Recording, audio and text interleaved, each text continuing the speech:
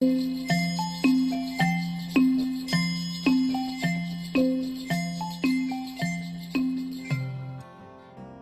ready for a love affair with nature. You see, the Food for Wealth method works with Mother Nature.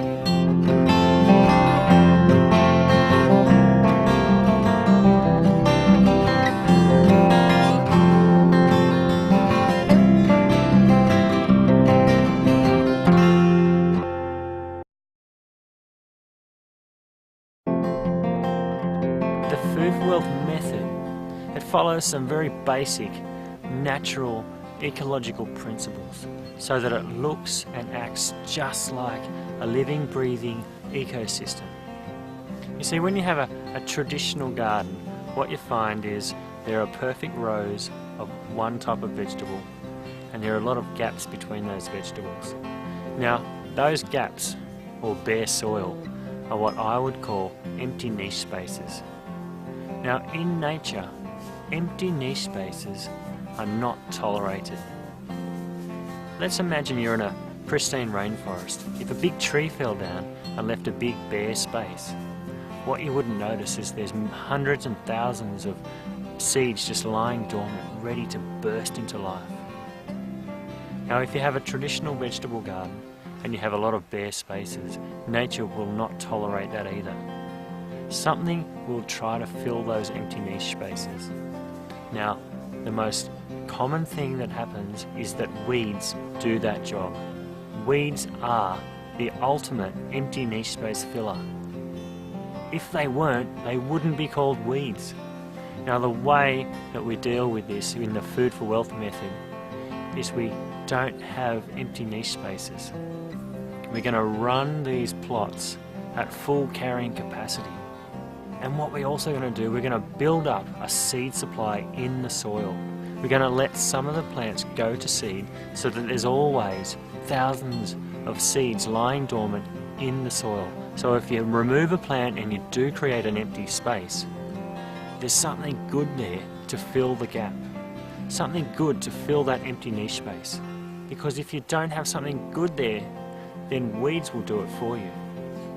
Now, there's another benefit for having your garden really planted thickly and running at full carrying capacity, and that is it's producing a lot more. Now, because it's producing a lot more, you have to put a little bit into it as well. But I'm not talking about hard effort here, I'm just talking about compost.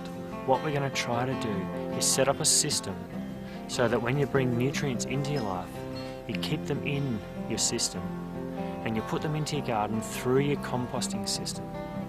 And then you eat them. You eat the plants, and then any waste goes back to your compost. So you're getting a nice nutrient flow, a nice cyclic flow.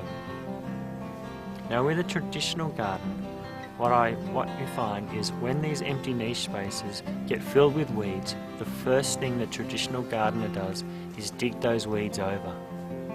Now, there's a few problems with doing that. What they're doing is they're taking the dry, crusty, structureless soil that's lying on the top and they're turning it over and putting it underneath. And that soil underneath has got good structure, but now you're putting it on top and it's going to dry out and it's going to lose its structure. The problem was weeds, but now you've created a new problem. You created the problem of having structureless soil. Now, structureless soil has its own problems. Firstly, it can't hold water as well as good structured soil. So you're going to have to put more water into your garden. Now, the other problem it causes is it can't pass on the nutrients to the plants as effectively.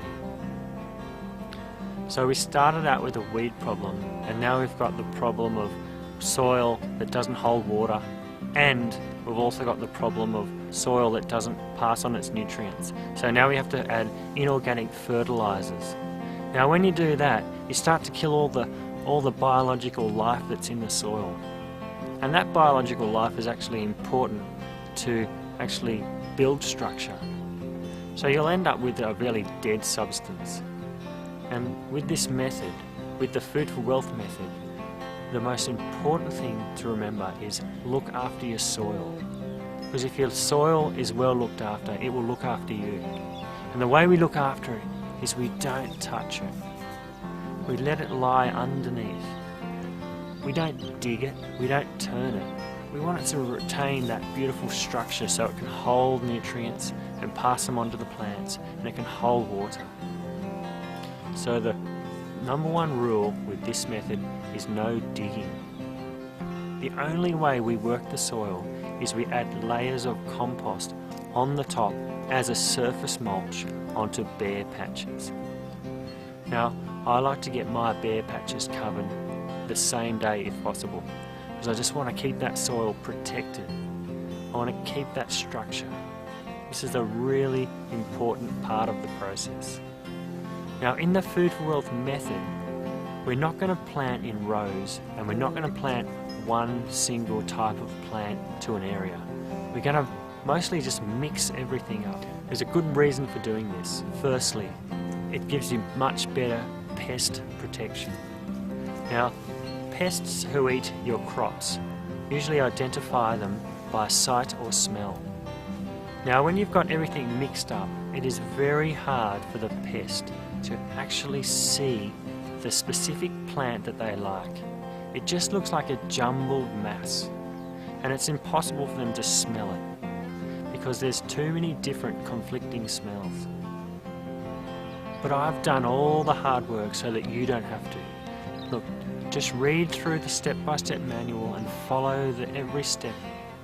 And if you put in your garden the way I tell you, and you plant your plants the way I tell you, you will actually get, over a few years, this beautiful ecosystem forming. And you will learn so much about ecology that you didn't know just because you're having an intimate relationship with it.